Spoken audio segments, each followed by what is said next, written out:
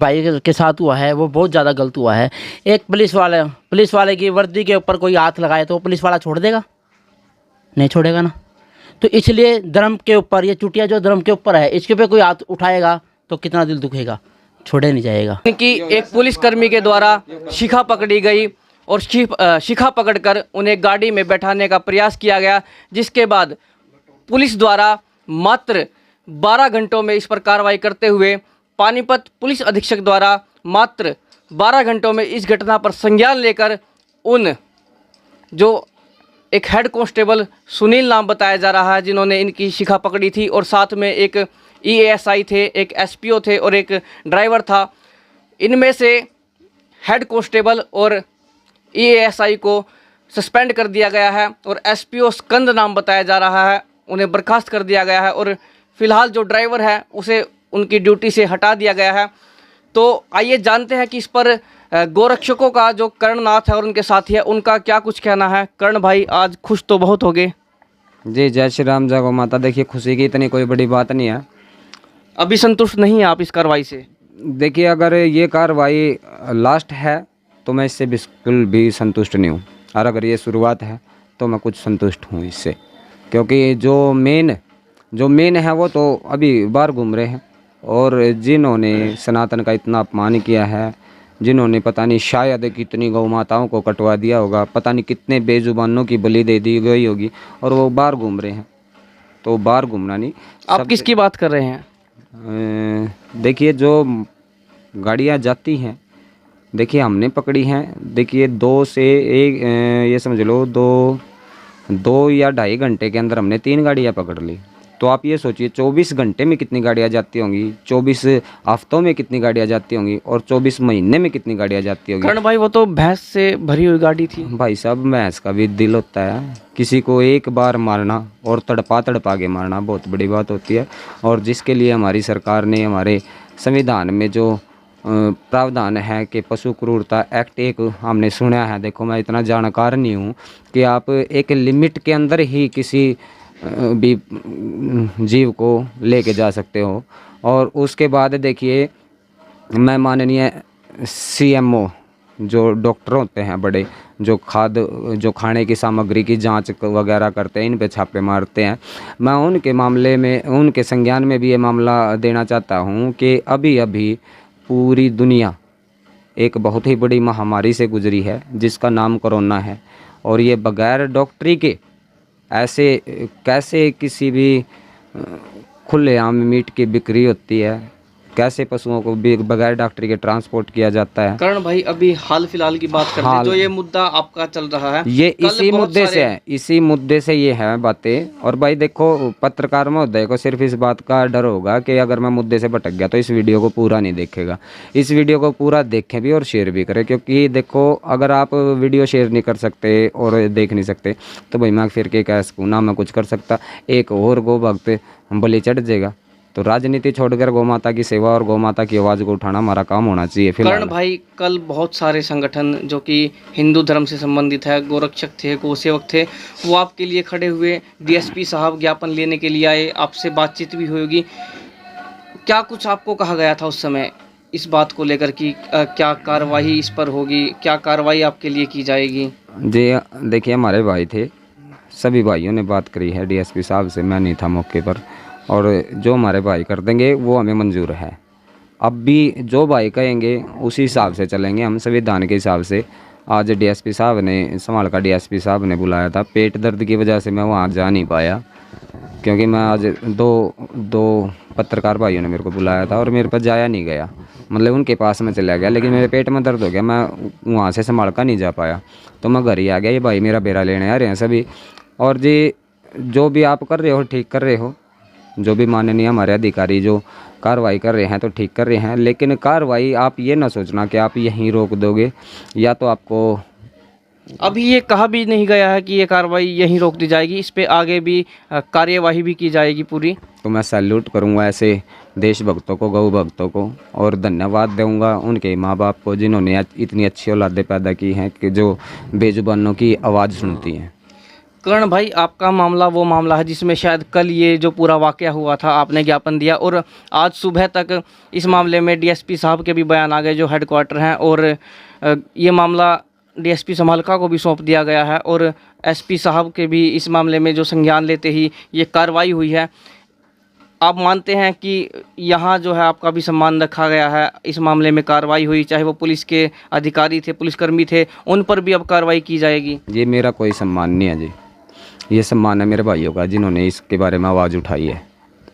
मेरा सम्मान होना था तो उस दिन होना था जिस दिन हम गौ माता का सिर गढ़ी बेशक से लेकर सोनौली थाने में रख दिया था। मेरा सम्मान उस दिन होना था जिस दिन हमने ईद से एक दिन पहले मीट की भरी गाड़ी सोनौली SHO को दी थी।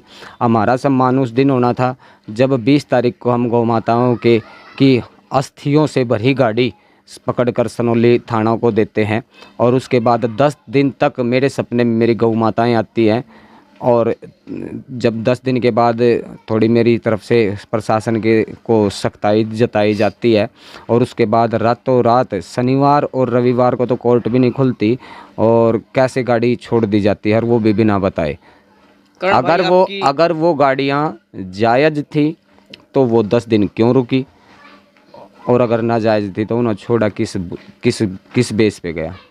ये एक बहुत बड़ा सवाल है, और ये उठाया जाएगा। अब मैं हर गौ माता के हर मुद्दे को उठाऊंगा, और ये आर पार की लड़ाई है। कोई भी गौ भक्त इस बात को ये ना सोचे कि ये अंत है, ये शायद शुरुआत भी ना हो, क्योंकि देश के हर मुद्दे, जिस भी FIR पे कोई आज तक कार्रवाई नहीं हुई है, जिस भी मुद्दे को आज तक उठाया नहीं गया है, उसको अब करननाथ उठाएगा। और जो हमारे गौ भक्त भाई हैं, जिसके भी पास कोई विलंबित मामला हो, जहाँ कार्रवाई ना हुई हो, किसी भाई के साथ बदतमीजी की गई हो, कोई वीडियो हो, कोई प्रूफ हो, तो आप हमारे साथ आएँ, क्योंकि अकेले चलेंगे तो बिल्कुल झूठे मुकदमे दर्ज कर दिए जाएंगे, और एक साथ होके चलेंगे तो आर पार की लड़ाई करेंगे।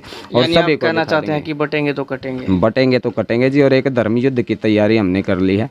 गौ माता को हम बचाएंगे, और मेरा एक सपना था एक गौशाला खोलना, और एक सपना था मेरा पानीपत गोदर्द मुक्त अभियान का, जिसके बारे में मैं काफ़ी दिन से लगा हूँ, और मेरे जो नज़दीकी भाई हैं उनको पता है कि मैं सबसे पहले पानीपत गोदर्द मुक्त अभियान को चलाऊँगा, और पानीपत में जितनी भी गौ माताएँ हैं उनको आश्रय दूँगा। तो ये मेरी शायद गौ माता ने आशीर्वाद दिया है कि बेटा आप चलो, मैं आपके साथ हूँ। करण भाई, ये आवाज़ टूटी हुई सी कैसी आ रही है आप? जी, पेट में दर्द हो रहा है जी बहुत।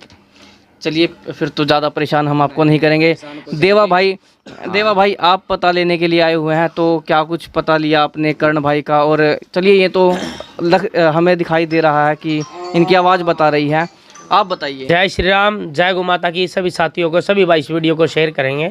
शेयर इसलिए करेंगे ताकि जो इस भाई के साथ घटना घटी थी करणनाथ जी के साथ, ताकि आगे किसी हिंदू भाई के साथ ना घटे। जो उसकी शिका पकड़ी है, हम ये समझते हैं, पूरा हिंदू समाज, पूरा सनातन धर्म ये समझता है उसकी शिका नहीं पकड़ी है, पूरे सनातन धर्म की शिका पकड़ी है। और शिका पकड़ने का मतलब क्या होता है आप सब समझते हो। किसी की चोटी पर हाथ लगाना तो आप समझ सकते हो कि उसके ऊपर चढ़ जाना। तो दूसरी बात ये कहूँ, हमें जब उसमें 26 पशु थे वो छोड़ दी क्यों, और वो छोड़ दी है तो उसको वापस बुलाएं। तो एसपी साहब से मैं ही निवेदन करूंगा जोड़ के, जो उन्होंने निर्णय लिया बहुत अच्छा लिया है, लेकिन गौ रक्षा दल इतना निर्दय लिया नहीं है, निर्दय है ना कि भाई ताकि किसी ड्राइवर की या किसी की नौकरी हम ये खुआना नहीं चाहते। हम ये चाहते हैं जो इस घटना का मुख्य कार्य है, उसने किसके कहने पे इसकी शिका पकड़ी, तो जो पुलिसकर्मी है उसकी कॉल डिटेल निकलवाई जाए।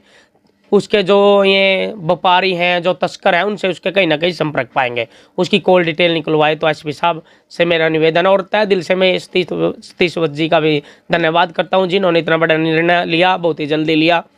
और जितने भी भाई हैं, गौ भक्त भाई हैं, जितने भी वहाँ पे आ रहे थे, सभी संगठनों को मैं प्रणाम करता हूँ इनका साथ देने के लिए। और मेन मुद्दे की बात यह है, कल इनको डीएसपी ने बुलाया, मिलते हैं डीएसपी साहब से क्या। और इसमें जो भाई ने भी बताया है, सर जो ये झगड़ा हुआ है ये सर के उस पर भी हुआ, क्योंकि कई महीने पहले वहाँ पे बेसगढ़ी में गौ माता का हमें सर मिला था, तो हम वो सर को पुलिस के माध्यम से सोनौली थाने में ले आया था। उनका जो मट्टी में दबवाया था वो SHO ने दबवाया था। तो हम उस टाइम हमारे एसपी साहब थे, सुमित जी थे, जो भिवानी थे पहले, तो उनसे हम मिले थे। उसने भी आश्वासन दिया था हमारे को कि भाई जल्दी इसको पकड़ेंगे, खुलासा होगा किसने इसका सर काटा है, लेकिन ना तो उसका कुछ अब तक हुआ है और एक गाड़ी जो पकड़ी थी उसका भी कुछ नहीं हुआ। तो मेरी हाथ जोड़ के विनती है, इस थाने पे कड़ी से कड़ी सख्ताई करें। जो SHO साहब है हमारे, वो इसको बिल्कुल संज्ञान में ले। राणा माजरा, पत्थरगढ़, बेशक, कड़ी और नवदार पार, इन गाँव में भी तस्करी होती है। हर रोज़ाना डेली यहाँ से सैकड़ों गाड़ी पास होती है, उनको चेक किया जाए और पशु एक्ट उन पे धारा लगाए, क्योंकि एक पिकअप में आप 2 से ऊपर नहीं ले जा सकते और बड़ी में ट्रक में आप 4 से ज़्यादा नहीं ले जा सकते। उनमें 25, 30 पशु भरे थे या कोई उन पे उनकी गाड़ी छोड़ी गई है, उनको वापस बुलाया जाए, उन गाड़ियों को उनका चालान काटा जाए। कहीं ना कहीं में चोरी की भी पाएंगे उनमें भैंस, इतनी भैंसे कहीं एकदम नहीं ले सकता। तो जय श्री राम, जय गौ माता। और मेरे भाई जी हमारे मास्टर जी, आप क्या कहना चाहेंगे? जय श्री राम, जय गौ माता की सभी भाइयों को। मैं ये कहना चाहता हूँ, जो भाई के साथ हुआ है वो बहुत ज़्यादा गलत हुआ है। एक पुलिस वाले की वर्दी के ऊपर कोई हाथ लगाए तो पुलिस वाला छोड़ देगा? नहीं छोड़ेगा ना। तो इसलिए धर्म के ऊपर, ये चुटिया जो धर्म के ऊपर है, इसके ऊपर कोई हाथ उठाएगा तो कितना दिल दुखेगा, छोड़े नहीं जाएगा। जय श्री राम, जय गौ माता की। 2 शब्द आप कहें। जय गौ माता की, जय श्री राम सभी भाईजान है। तो भाई करण का फ़ोन आया था कि नूर बात हो रही है, तो हम भाई के पास पहुँचे। कोई भी गौ सेवक भाई है, काल न करण भाई के साथ हुआ जो भी, काल न किसी और के साथ भी हो सकता। तो सारे भाई एक होगा चालो भाई, एक होगा चालो गए तो आर पार की लड़ाई लड़ी जाएगी। और नू नहीं सोचे भाई कि करण भाई कल्ला है, करण भाई की गिल्ला दिल खोल के जमा दिल ते खड़े हाँ। और जो DSP साहब ने ये कार्रवाई करी है, मुझ तक सहमत हाँ, लेकिन अगर यह शुरुआत है तो खुश हाँ, अंत है तो हम खुश नहीं है।